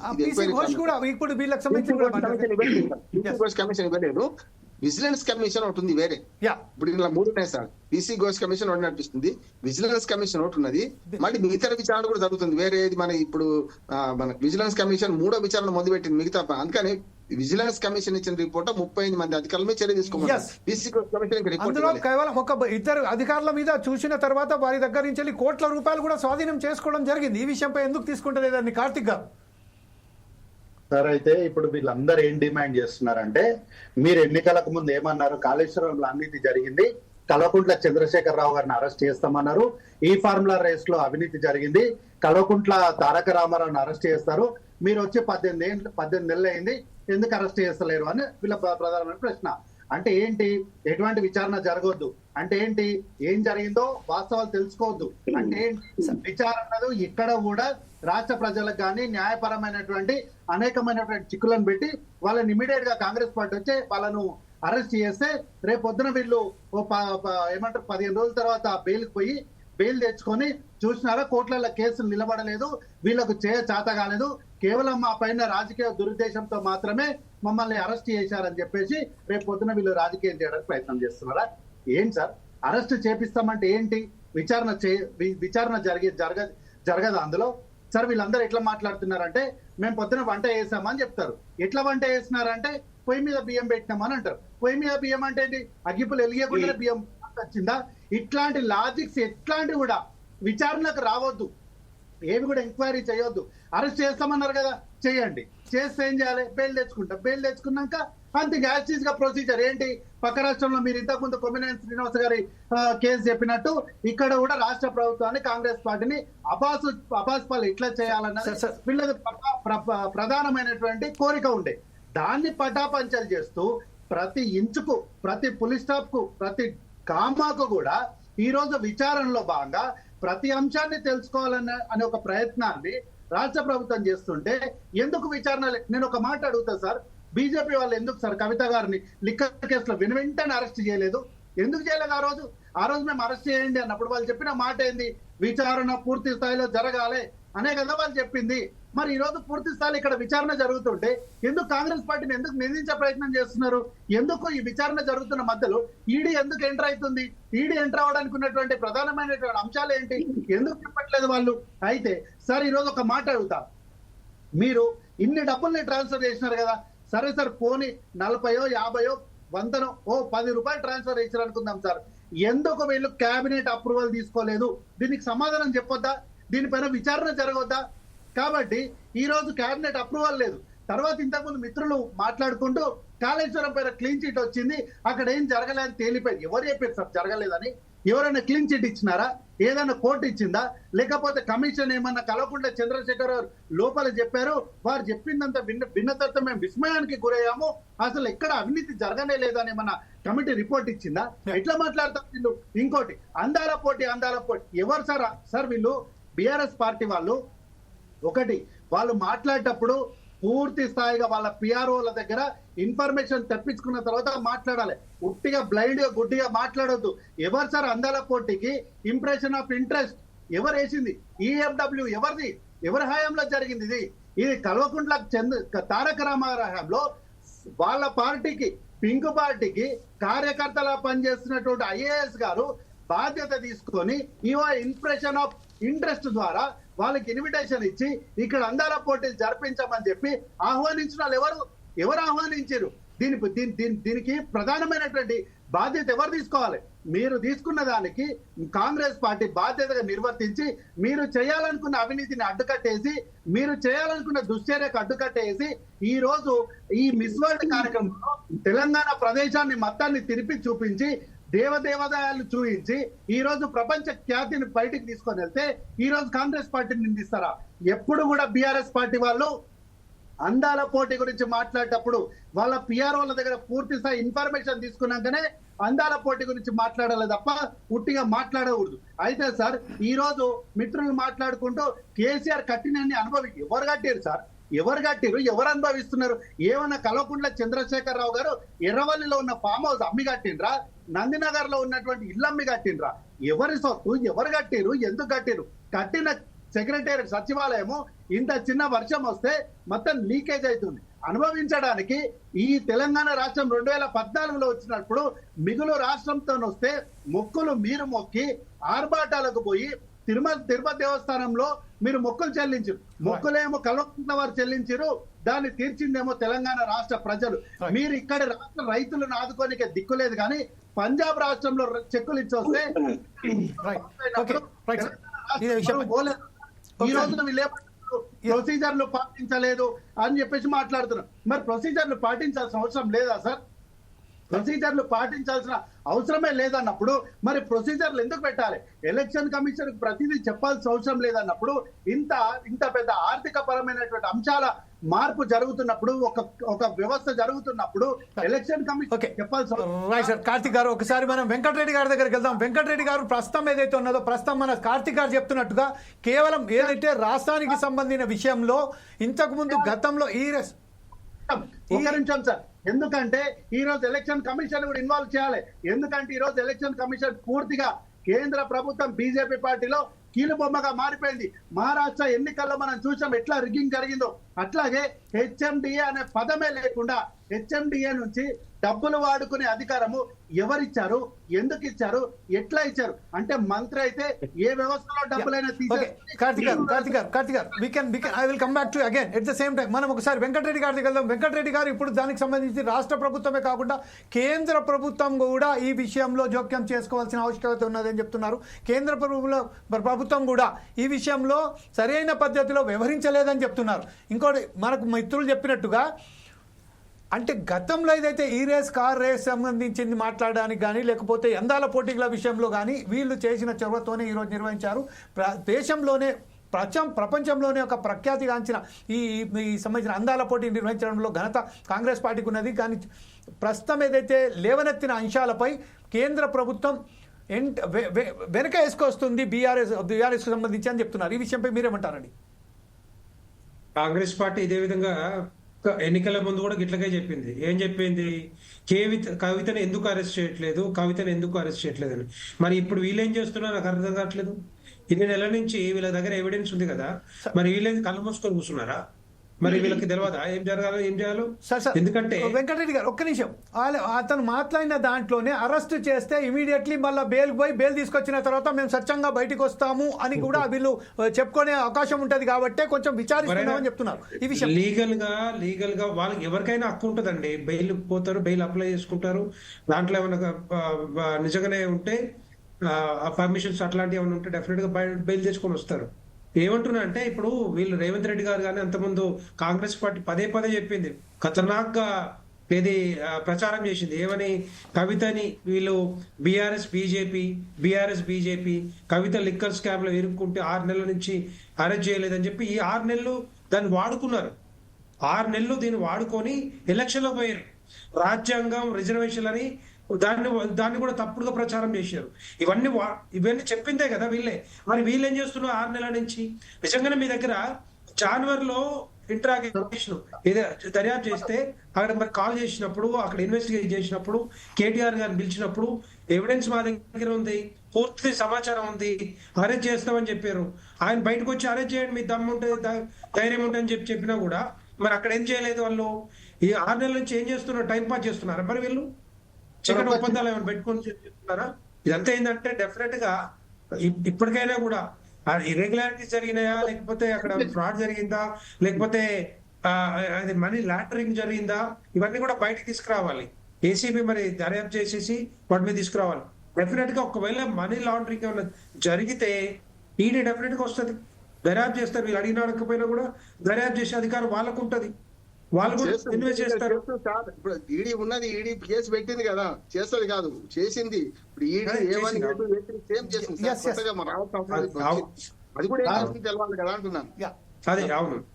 సో ఇంకా కొంత సమాచారం కావాల్సి ఉండేమో, సమాచారం వచ్చిన తర్వాత డెఫినెట్ గా దాని మీద యాక్షన్ తీసుకునే అవకాశం. అది కాంగ్రెస్ పార్టీ అడిగింది.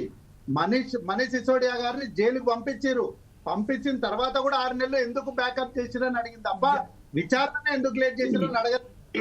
అట్లాంటి అరవింద్ కేజ్రీవాల్ ఇంకా లేట్ అరెస్ట్ చేశారు, ఇంకా లేట్ గా అరెస్ట్ చేశారు. మరి దాని గురించి ఎవిడెన్స్ కలెక్ట్ చేసినప్పుడు ఏదేమైనట్టుకున్నా ఒక్కసారి మాత్రం కాల ఖచ్చితంగా కడుతుంది. ప్రతి రాజకీయ పార్టీ దీనికి రాజకీయ అస్త్రంగానే వాడుకుంటున్నట్టుగా తెలిసి వస్తుంది ఈ విషయంపై. ఒక్క మాట, ఎందుకంటే ఇప్పుడు అరెస్టుల దాకా పోవాల్సిన అవసరం లేదు, అదైతే మళ్ళీ పెద్దగా అవుతుంది. నేను ఒక్క మాట చెప్తున్నాము, ప్రభుత్వం విధానాలు నిర్ణయం చేస్తుంది, ఎగ్జిక్యూట్ చేసేది మా అధికారులు. ఈ రెండింటి మధ్యన తేడా కూడా అంటున్నాను. ఇప్పుడు మనకు చట్టసభలు ఉన్నాయి, ఆ తర్వాత ఎగ్జిక్యూటివ్ ఉన్నది, జ్యుడిషియల్ ఉంది. జ్యుడిషియల్ చేసే పని చేస్తుంది. కానీ ఇక్కడ ఏమవుతుందంటే దీని చుట్టూ తిరుగుకుంటే అందరిని గందరగోళం చేస్తున్నాను అంటున్నాను. ఇక్కడ ప్రొసీజర్ ఆస్పెక్ట్ లో ఎవరు చూడాలండి? కేసీఆర్, కేటీఆర్, రేవంత్ రెడ్డి, రేపు ఈ ముఖ్యమంత్రి ఉన్నాడు, ప్రతి ఫైల్ కూడా చూసి అంకెం పెడుతుంటా. ఓఏటీ అని అధికారులు చూస్తారు. సార్ ఇల్లీగల్ గా ఏమైనా ఉంటే ఖచ్చితంగా మన ఏమంటారు ప్రొసీజర్ ఆస్పెక్ట్ ఉంటే ఎవరు చూడాలి? అధికారులు కాదు చూడాల్సిందన్న. ఇప్పుడు మన దానకిషోర్ గారు కేసు పెట్టిండ్రు. ఈ దానకిషోర్ గారు రేపు నువ్వు చేస్తే తక్కువ కేసు పెడితే నేను చెప్తాను, రేపు రేవంత్ రెడ్డి కూడా చుట్టుకుంటుంది. ఇది నేను చెప్తాను వినండి. అందాల పోటీలో రేపు ఇంకో ప్రభుత్వం వచ్చి అందాల పోటీ నిర్ణయం తప్పు అని దాని మీద కూడా ఏదో ఈకలు బీకి రేపు రేవంత్ రెడ్డి మీద కేసు పెడితే ఎట్లా అంటున్నా నేను. ఇప్పుడు ప్రస్తుతం ఉన్న పరిస్థితులలో ఏ అధికారికి సంబంధించింది, ఎవరైతే రాజ్యంలో ఉన్నారో ఆ రాజ్యానికి సంబంధించి అధికారులు ఒత్తొత్తులుగా మాట్లాడి ఈ రోజు దానికి సంబంధించిన చూడనట్టుగా వ్యవహరిస్తుంటూ అన్ని బిల్స్ అనేదో క్లారిఫై క్లియర్ చేసుకుంటున్నారు. రేపు వచ్చే ప్రభుత్వం మారిన తర్వాత వాళ్ళకి ఇబ్బంది పడుతున్నారు. ఈ విషయంపై టీఆర్ఎస్ అధికార ప్రతినిధి అయినటువంటి మన జమీల్ గారు, నేను ఏమంటున్నా అంటే ఈ కేసు కూడా ఒకవేళ కేటీఆర్ గారు సైన్ పెట్టి చేస్తే డెఫినెట్ గా వారి మీద యాక్షన్ తీసుకునే అవకాశాలు ఉంటాయి. ఓవరాల్ గా చెప్పి హెచ్ఎండిఏ కమిషనర్ లేకపోతే అంతకుముందు అరవింద్ కుమార్ గారు స్పెషల్ సెక్రటరీ ఎవరు ఉన్నారు, వారు నిజంగానే కేటీఆర్ గారికి సంతకం పెట్టకపోతే మాత్రం ఆయన మీద కేసు పెట్టే అవకాశాలు ఉండవు, బయట అరెస్ట్ చేసే అవకాశాలు ఉంటాయి, ఆయన బయటకు వస్తాడు. ఏమంటున్నంటే కాళేశ్వర్ ప్రాజెక్టు మననే కమిషన్ ఎంక్వైరీ ఏమని చెప్పారు? కేసీఆర్ గారిని, హరీష్ రావు గారిని పిలిచినప్పుడు ఏం చెప్పారు? ఇంజనీర్లు చూసుకున్నారు, ఇంజనీర్లు డిజైన్ చేశారు, ఇంజనీర్లు ఎగ్జిక్యూట్ చేశారు, అంత బాధ్యత ఇంజనీర్స్ అని చెప్పేసి వచ్చారు. అయిపోయా. ఇంకా అక్కడ ఏమన్నా కేసీఆర్ గారు తప్పు చేసిన బయటకు వస్తుందా? హరీష్ రావు గారు తప్పు బయటకు వస్తుందా? రాజేంద్ర గారు ఫైనాన్స్ మినిస్టర్ ఉన్నారు కదా, మరి వారు కూడా ఇప్పుడు ఇబ్బంది పడేటట్టు ఉన్నది కదా. ఈటల రాజేందర్ గారు చెప్పిండు అంటున్నా. ఈటల రాజేందర్ గారు క్యాబినెట్ లో ఏ జరగదని చెప్పిండు కదా. ఇప్పుడు సమిష్టి ప్రభుత్వ నిర్ణయం సమిష్టి నిర్ణయం అయితే తప్ప ఇంకోటి కాదు. ఇక్కడ ఈ కాంగ్రెస్ వేరు, కాళేశ్వరం వేరు. కాళేశ్వరంలో సమిష్టిగా ప్రభుత్వం నిర్ణయం తీసుకుంది. నిర్ణయం తీసుకోవడం తప్పు ఉండదు. ఎగ్జిక్యూషన్ లో ఎవరైనా తప్పు చేస్తే వాడు జైలు పోవాలి, ఎవరైనా సరే, రాజకీయ నాయకుడు ఎవరైనా కాదు. ఇక్కడ కూడా ఏమంటున్నానంటే ఇప్పుడు ఇర్రెగ్యులారిటీ ఏమైతున్నాయో దాని మీద రిజర్వ్ బ్యాంకు రావాలి, తీసుకున్నోడు రావాలి, ఇచ్చిన వీళ్ళు రావాలి, ఆదాయ పన్ను శాఖ వాళ్ళు రావాలి. 8 కోట్లు పోయినాయి కదా వాళ్ళకు కూడా. వీళ్ళందరినీ విచారించకుండా కేవలం రాజకీయ విచారణకు మారిస్తే ఏమైంది అంటే బౌన్స్ అవుతుంది. ఖచ్చితంగా వీళ్ళు నేరస్తులను శిక్షించాలి. డబ్బులు 54 కోట్లే కాదు, 5 రూపాయలు శిక్షించాలి. కార్తీక్ గారితో ఏకీపిస్తున్నా, 5 రూపాయలు శిక్షించాలి. ఎక్కడ పోయి నేను చెప్పాలి కదా అంటున్నాను. ఓకే, ఈ విషయంపై మనకు ఇప్పుడు బీఆర్ఎస్ నాయకుడు అయినటువంటి మన బొడ్డు రవీందర్ గారు ఏదో చెప్పబోతున్నారు. బొడ్డు రవీందర్ గారు కంక్లూడ్ గా ఇప్పుడు ఈ ప్రస్తుతానికి సంబంధించింది ఈ రోజు విచారణ జరిగినప్పటికీ అరెస్టు చేయకపోవడం ఆయనకు మరొకసారి పిలిపించే అవకాశం ఉన్నాయి. 3 సార్లు కాదు 30 సార్లు పిలిచినా కూడా నేను ఖచ్చితంగా వస్తాను అని చెప్పారు. నేను నీట్ గానే బయటకు వస్తాను అని చెప్తున్నారు. ఇప్పుడు ప్రస్తుతం వచ్చిందంట కేవలం మొక్కిగా పెట్టారా లేకపోతే సంతకాలు పెట్టారా అనే విషయం వస్తుంది. ఈ విషయంపై మీరేమంటారండి రవీందర్ గారు? 100% మా నాయకుడు కేటీఆర్ గారు కడిగిన ముత్యం లెక్క వస్తాడు. ఎందుకంటే అక్కడ అవినీతి అనేది జరగలేదు, స్పష్టంగా కండ్ల జరగబడినట్టు కనబడతారు. వాళ్ళు కేవలం కూడా అరెస్ట్ చేసే ఆ దమ్ము గానీ ఇంకోటి కూడా వాళ్ళకి లేదు. ఎందుకంటే అక్కడ అవినీతి లేనప్పుడు అరెస్ట్ ఎట్లా చేస్తారండి? అరెస్ట్ చేస్తారు, మేము ఎంక్వైరీ చేస్తున్నాం అని చెప్తే కేవలం కాలయాపన చేసుకోవాలి, రాజకీయంగా లబ్ధి పొందే కార్యక్రమాలు తప్ప ఇందులో ఎక్కడ కూడా అవినీతి లేదు. ఇక వీళ్ళు ఇక మాట్లాడతారు ఇట్లకెళ్ళి కట్టిరా అంటే మీరు 75 ఏళ్ళు పరిపాలించారు, మీరు ఇట్లకెళ్ళి ఏమైనా చేసారా? తెలంగాణ రాష్ట్రాన్ని ముంచినటువంటి పార్టీ కాంగ్రెస్ పార్టీ కాదా? అట్లనే రైతుల గురించి మాట్లాడతారు. రైతుల గురించి మీరేం మాట్లాడతారండి? రైతులను కనీసము ఎరువులు ఇయ్యలేదు, కనీసం రైతుల ఆత్మహత్యలు కొన్ని వేల మంది చనిపోతే కూడా పట్టించుకున్న పాపాన పోలే. తెలంగాణను మొత్తం నీళ్లు లేకుండా నాశనం చేసినటువంటి పార్టీ కాంగ్రెస్ పార్టీ. అది మళ్ళీ మీరు మా రైతుల గోస చూసి రైతుల కోసం మంచి చేయాలని ఆలోచనతో రైతు బంధు తీసుకొచ్చి ఆదుకున్నటువంటి కేసీఆర్ గారు ఇవాళ మీరు రైతు బంధు ఎగ్గొట్టారు, రైతు బీమా పక్కన పెట్టి ఎన్ని రకాలుగా నీళ్లు ఎగవేసారు. పంటలు ఎండుతారు, ఎండిపోతున్న పంటలు నీళ్లు లేక ఇబ్బంది పడతారు. మీకు చేతనైతే ఇక బనకచర్లకు నీళ్లు పోతున్నాయి. తెలంగాణకు మేడిగడ్డ మొత్తం కూలగొట్టే ప్రయత్నం మీ కుట్రల వల్ల మీ రేవంత్ రెడ్డి గారి గురువు కోసము మొత్తం మన ప్రాజెక్టులని నీళ్ళని కూడా చేస్తా ఉన్నారు. 8 మంది కాంగ్రెస్ ఎంపీలు గెలిచారు, 8 మంది బీజేపీ ఎంపీలు గెలిచారు. రాష్ట్రానికి మొత్తం తీసుకొచ్చిన బడ్జెట్ 0. వాటి మీద ఆలోచన చేయరు. అనవసరంగా వీళ్ళు ఏమో చేసినట్టు వీళ్ళు ఏమి సాధించలేరు. కేవలం ఎన్నికల ఎత్తుగడ మాత్రం క్లియర్ గా కనబడతా ఉంది. మీరు చెప్పారు ఆ 42% బీసీలకు ఇస్తానా, అదేదో చూసుకొని ఉట్టిగానే అసెంబ్లీ తీర్మానం చేసి పంపి అందులో ఏది లేదు. 42% ఇచ్చినాక బీసీలకి ప్రజెంట్ అది చేయండి. మీరు ఏదైతే తీర్మానం చేశారో దాని ప్రకారంగా నడుచుకోండి. మీరు 420 హామీలు ఏమైతే ఇచ్చారో అవన్నీ చేయండి. అనవసరంగా వీళ్ళ కేటీఆర్ గారు ఒక్క మాట అడగొచ్చండి రవీందర్ గారు? ఒకే ఒక్క మాట అడుగుతానండి రవీందర్ గారు. మీరేమన్నారంటే ఇప్పుడు ప్రస్తుతం కాంగ్రెస్ పార్టీకు కేటీఆర్ ను అరెస్ట్ చేసే దమ్ముందా అని చెప్పారు. అంటే దమ్ములున్నాయా దమ్ములు లేవా అనేది వేరే విషయం. కాకపోతే అంటే అవినీతి జరిగింది, అక్కడ ఇర్రెగ్యులారిటీ జరిగాయని చెప్తున్నారు. అవినీతి జరుగుతుంటే ఖచ్చితంగా ఈడీకి కానీ లేకుంటే ఏసీబీ కానీ లేకుంటే ఆఫ్టర్ ఆల్ ఒక పోలీస్ డిపార్ట్మెంట్ కూడా అధికారులు ఉన్నాయి. ఎవరు ఎంత పెద్ద అయినా కూడా అరెస్ట్ చేయడానికి అధికారం ఉన్నాయి. దమ్ముందా అని ఏదైతే మనం మాట్లాడుతున్నామో చెప్పండి. దమ్ముందని ఎందుకంటామంటే అవినీతి జరగలేదు కాబట్టి వాళ్ళు కేవలం కుట్రపూర్తంగా చేస్తున్నారు కాబట్టి ఈ మాటలు మాట్లాడాల్సింది. ఎందుకంటే వాళ్ళ లెక్క 50 లక్షలతోటి బ్యాగులో దొరికింది అండి మా అధ్యక్షులు వాళ్ళు రెడ్డి హ్యాండెడ్ గా రేవంత్ రెడ్డి గారు డైరెక్ట్ దొరికిండ్రు. వాళ్ళు ఏసీబీ కేసులు అనుభవించారు. కానీ అంతేగాని మా వాళ్ళు ఏంటి రాష్ట్ర భవితవ్యం కోసం రాష్ట్రం బాగుండాలని కొన్ని మంచి పనులు చేస్తే ప్రపంచ స్థాయిలో గుర్తింపు తీసుకొచ్చే విధంగా కేటీఆర్ గాని కేసీఆర్ గాని పనులు చేస్తే వాళ్ళ మీద ఇదన్నీ కరెక్ట్ అండి. మీరు చెప్తున్న వాస్తవాలు అన్ని కావచ్చు. కాకపోతే ఏంటంటే అక్కడ కేబినెట్ ఆమోదం లేకుండా, అలాగే ఫైనాన్స్ కమిషన్ సంబంధించిన ఫైనాన్షియల్ ఎవరైతే ఉన్నారో వారికి ఆమోదం లేకుండా, ఆర్బీఐకు ఇన్ఫర్మేషన్ ఇవ్వకుండా డబ్బులు సంబంధించిన ఒక వేరే దేశానికి పంపడం తప్ప ఒప్ప? అక్కడ ఉన్నటువంటి సందర్భంలో 100% రైట్ అండి. ఎందుకు చెప్తున్నామంటే మీరు ఒక చిన్న ఎగ్జాంపుల్ చెప్తాం. మీరు ఒక ఇల్లు లేకపోతే జాగా కొనుక్కున్నారండి, ఒక అగ్రిమెంట్ చేసుకున్నాం. దాని ప్రకారంగా అక్కడ ఎవరున్నా కూడా ఏ ప్రభుత్వం ఉన్నా కంప్లీట్ గా దాని ప్రకారంగా మూవ్మెంట్ కావాలి. ఎందుకంటే రాష్ట్రానికి సంబంధించిన ఇష్యూలు. హెచ్ఎండిఎస్ సంస్థ కూడా ఎవరండి? అది మన ప్రభుత్వందే కదా, అదొక మన సంస్థే కదా. మన రాష్ట్రం కోసం వాళ్ళ పరిధిలో ఉన్నటువంటి సంస్థ రాష్ట్రానికి లాభం వచ్చే కార్యక్రమాన్ని తప్పకుండా చేపడతారు. తర్వాత ఏ ప్రభుత్వం వచ్చినా దాన్ని కంటిన్యూ చేయాలి కదా. వీళ్ళేంటంటే కేటీఆర్ గారికి పేరు వస్తుంది అని చెప్పి దాన్ని పక్కకు పెట్టి రాష్ట్ర భవిష్యత్తును మొత్తం తాకట్టు పెట్టి ఇవాళ ప్రపంచ స్థాయిలో మన పేరు ఎడిగిపోయిందని చెప్పి భారతదేశం పేరు కూడా గంగలో కలిపింది. వీళ్ళు ఏం చేశారండి? ఈ ఫార్ములా రేస్ ఎందుకు బంద్ పెట్టుకున్నారు? వీళ్ళు చేతగాక అక్కడ మిగతా అటువంటి రిమైనింగ్ అమౌంట్ కట్టుకొని లేకపోతే దానికి సంబంధించినటువంటి ఎవరైనా స్పాన్సర్ చూస్తారైనా కూడా కంటిన్యూ చేస్తే మన రాష్ట్రానికి మన హైదరాబాద్ బ్రాండ్ ఇమేజ్ పెరుగుతా ఉండే. వాళ్ళు ఏం చేశారు? అనవసరంగా దాన్ని పాడు చేసి గంగలో కలిపినటువంటి వీళ్ళు మాట్లాడతారు అండి. అనవసరంగా ఇలా కేటీఆర్ గారిని అరెస్ట్ చేయాలంటే వీళ్ళు ఎన్ని ఏ రకంగా చేయాలనో అన్ని కుట్రలు చేసి ఎన్ని ప్రయత్నాలు చేసి ఇప్పటికే దాదాపుగా 14 కేసులు కేటీఆర్ గారిని 7 కేసులు హరీష్ రావు మీద పెట్టిండ్రు. కేసీఆర్ గారిని ఇబ్బంది పెట్టాలని చూస్తున్నారు. వీళ్ళు ఎన్ని చేసినా మా కేటీఆర్ గారు, మా కేసీఆర్ గారు, మా హరీష్ అన్న కావచ్చు, అందరూ కూడా ఏ నాయకుడు కడిగిన ముత్యం లెక్క వస్తారు. ప్రతి ఒక్క ఉద్యమ బిడ్డ ఈ రోజు చూస్తా ఉన్నారు. ఇది ఏది కూడా వీళ్ళు చేసేటువంటి భాగవతం అన్ని కూడా చూస్తారు. ఇప్పటివరకు వీళ్ళు ఒక ప్రాజెక్ట్ లేదు. Okay, right sir, thank you very much Ravinder గారు. ఇప్పుడు ప్రస్తుతం ఒక డాక్టర్ సుధాకర్ శర్మ గారి దగ్గర వెళ్దాం. Yeah, okay, right sir. Sudhakar Sharma గారు, ప్రస్తుతం ఏదైతే హెచ్ఎండిఏకు సంబంధించిన ఎలాంటి వారికి సంబంధించిన దానికి అనుసంధానమే లేదు. వారు ఎందుకు దీంట్లో జోక్యం చేసుకున్నారో కూడా ఇప్పటి వరకు తెలియదు. కాకపోతే 55,000 crores రూపీస్ ఏదైతే 55 crores రూపీస్ ఏదైతే ఉన్నదో మనీ లాండరింగ్ జరిగినట్టుగా, కేవలం అవినీతి మాత్రమే జరిగింది, ఇర్రెగ్యులారిటీ జరిగినాయి కానీ అవినీతి జరిగిందని ఎక్కడా నిరూపించలేదు. అయితే ప్రస్తుతం ఏదైతే కేటీఆర్ గారు చెప్తున్నారో, నేను మూడు కాదు 30 సార్లు పిలిచినా వస్తాను, నేను ఎక్కడ కూడా రూపాయి కూడా దంచుకోలేదని చెప్తున్నారు. కాకపోతే ముఖ్యంగా చెప్పారు కాబట్టి అరవింద్ కుమార్ గారి మీదనే ఈరోజు ఆయనే దోషిగా ఈరోజు ప్రభుత్వం ముంగట, ప్రజల ముంగట వస్తున్నారు కాబట్టి రేపు అరవింద్ కుమార్ని అరెస్ట్ చేసే అవకాశాలు ఉన్నాయా? కేటీఆర్ గారు మళ్ళీ అదే శుద్ధపూసలాగా బయటకు వస్తారని మీరు అనుకుంటున్నారా? Thank you Jameelji. ముఖ్యంగా ఈనాటి కేసును కనుక మనం గమనిస్తే ఇది ఒక పొలిటికో లీగల్ కేసుగా మనం అభివర్ణించవచ్చు.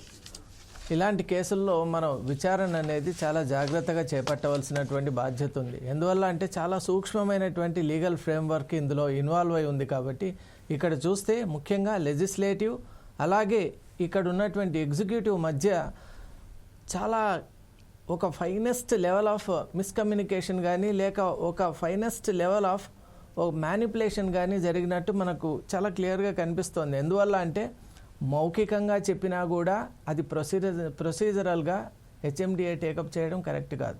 అలాగే వీళ్ళు హెచ్ఎండిఏ అక్కడ లిఖితపూర్వకంగా ఉన్నప్పటికీ కూడా అక్కడ ఉన్నటువంటి ప్రోటోకాల్స్ ఉంటాయి మనకు. ఇప్పుడు ఫెరా యాక్ట్ మనకు చాలా స్ట్రింజెంట్ యాక్ట్, అలాగే ఆర్బీఐ యాక్ట్ కూడా ఎన్ఫోర్స్మెంట్లో ఉంది. కాబట్టి ఈ 2 యాక్ట్స్ మనకు ఉన్నప్పుడు ఆ నేపథ్యంలో మనం ప్రియర్ ఇన్ఫర్మేషన్ అండ్ అప్రూవల్ లేకుండా మనం మనీ ట్రాన్స్ఫర్ అది వాళ్ళ కరెన్సీలో, ఫారిన్ కరెన్సీలో చేయడం అనేటువంటిది అంత లీగల్ ఫ్రేమ్వర్క్లో ఒప్పుకోదగ్గ విషయం కాదు. అలాగే అక్కడ ఉన్నటువంటి కండిషన్స్ కూడా చాలా ప్రత్యేకమైన కండిషన్స్ ఉండటం వల్ల ఈ కేసు యొక్క ప్రాధాన్యత చాలా ముఖ్యంగా మనం చూడాలి.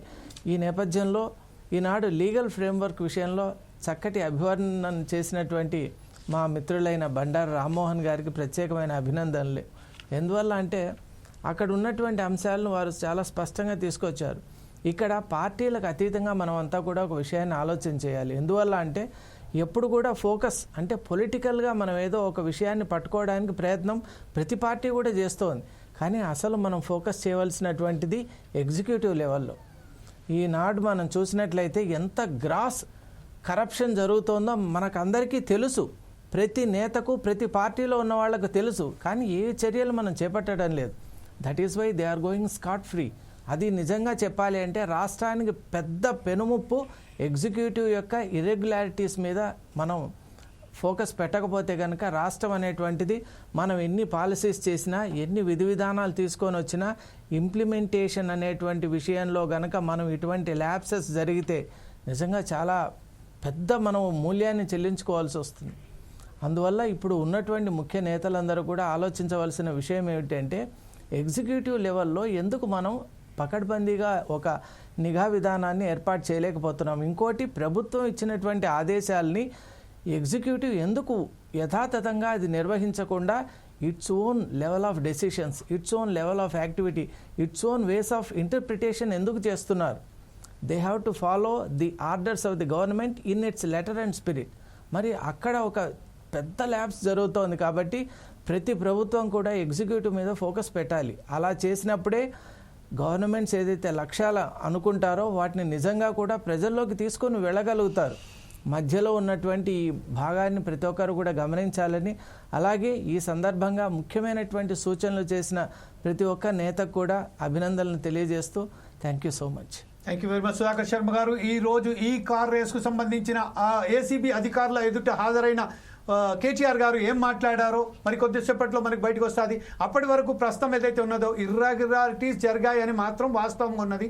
కాకపోతే ఏంటంటే మౌఖికంగా అతను ఆదేశాలు ఇచ్చారు.